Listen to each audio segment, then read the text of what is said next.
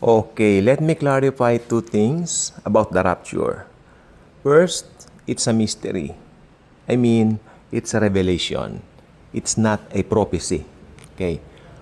Pangalawa, ito po ay talaga naman pong binabanatan talaga. Bakit daw gustong-gusto natin makatakas? Makatakas tayo sa tribulation. Ang Bible po kasi ang nagsabi na mahal tayo ng Diyos kaya tayo aalisin. Ang pag-aaral po ng Biblia ay malalim na pag-aaral. Hindi po kukuha ka ng isang verse, gusto mo patunayan. Patunayan mo, nasaan ang verse? Kinuha po namin sa Bible School, karamihan ng pinag-aralan namin.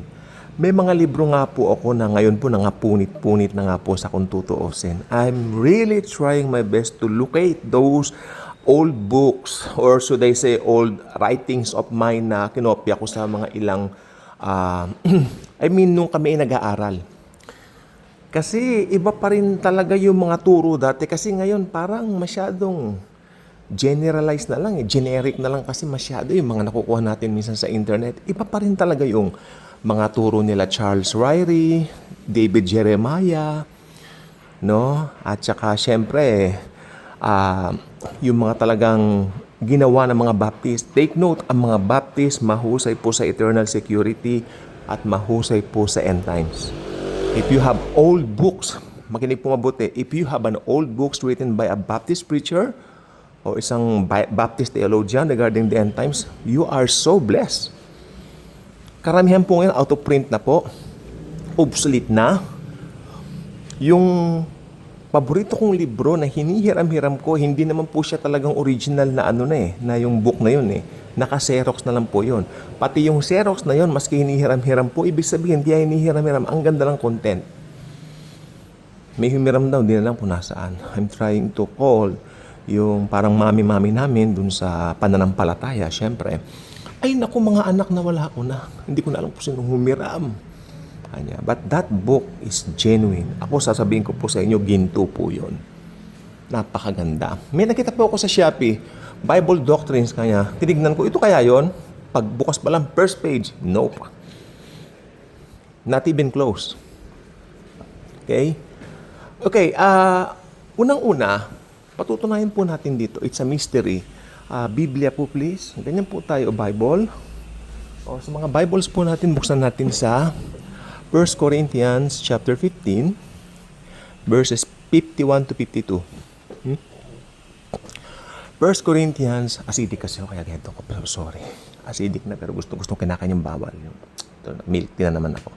1 Corinthians chapter 15, verses 51 to 52. Behold, I tell you a mystery. We shall not all sleep. Ano sabi niya? Behold, I tell you a prophecy? Ano? Hindi. Behold, I tell you a mystery. So, ang rapture po, it's a mystery. It means a revelation to Paul coming from Jesus. We shall not all sleep, but we shall all be changed in a moment, in the twinkling of an eye, at the last trumpet. Okay. Last trumpet. Ito po yung last trumpet for the believers. Okay? May last trumpet for the believers, pero hindi po ito kasama dun sa 7 trumpeta ng puot ng Diyos. Okay? Napakalayo naman po yata yung kaya dapat nag-aaral tayong eschatology ng maayos. Okay? So, yun lang po para alam po natin. Then, verse 52, for the trumpet will sound, and the dead will be raised incorruptible. And we, may koma yung incorruptible, and we will be changed. Paliwanag ko po, yung trompeta, na huling trompeta for the believers, tutunog, will sound. At yung mga namatay, o ibig sabihin yung mga dead in Christ, yung mga namatay kay Kristo, simula noon pa yung mga tumanggap sa Kanya as their own, very own personal Lord and Savior, sila po ay bubuhayin muna. Incorruptible, ibig sabihin may bagong glorified body. Tapos tayo po mga nabubuhay pa, naaabutan po ng araw ng rapture, papalitan po tayo, katulad po nung ipinalit sa nakatawan po nila, yung binuhay sila. Simple. Simple.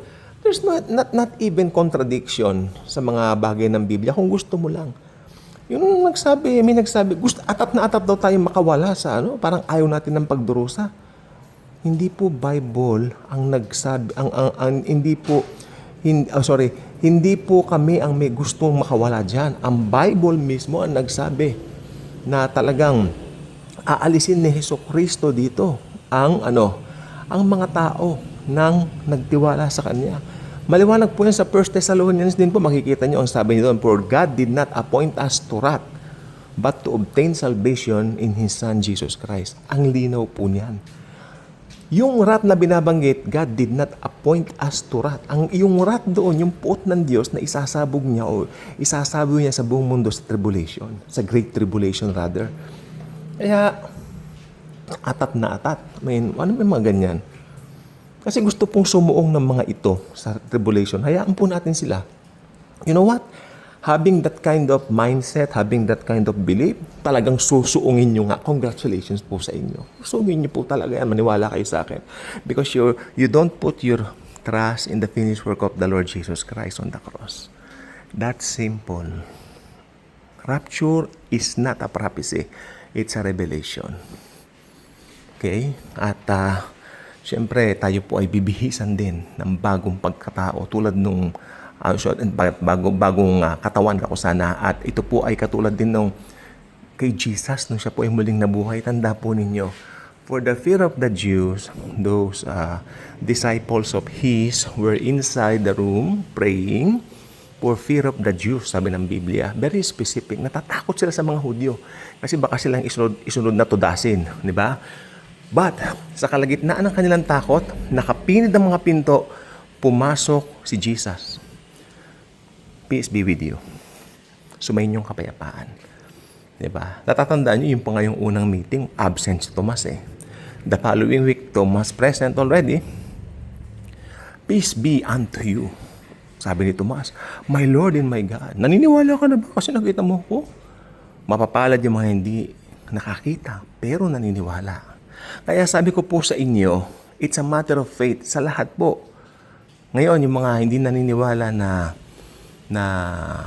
hindi na susuungin ng mga believers ang tribulation, na irarapture tayo, yung mga naniniwala doon, congratulations po kasi we believe na talagang mahal tayo ng Diyos at irarapture po tayo. Pero doon sa mga hindi naniniwala po doon, talagang susuong po sila kasi parang sila yung sinasabihan ni Jesus na kailangan mo nang makita.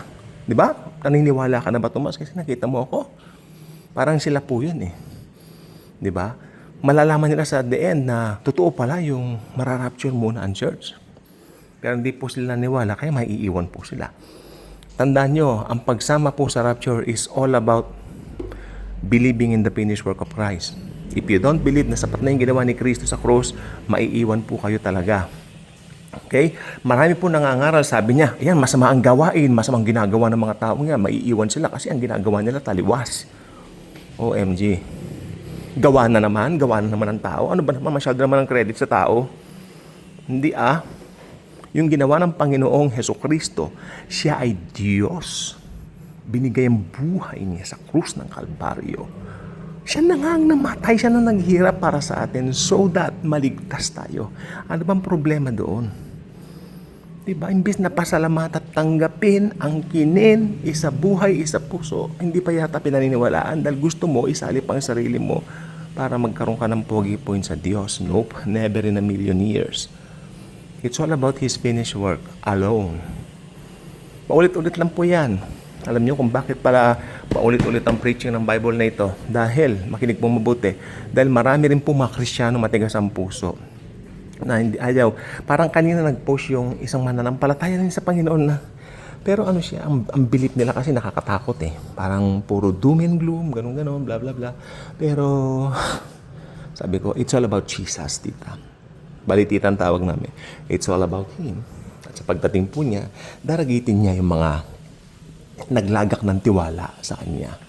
So yan po gusto ko po sabihin po sa hapon na ito sa inyo dahil ewan ko po ba, bakit itong rapture na ito ay masyadong controversial?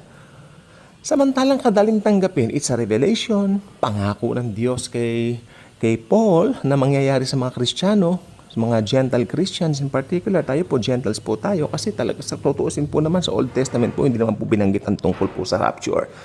You cannot find or locate anything from the Old Testament about it, but only in the New. So, yun lang po. God bless everyone.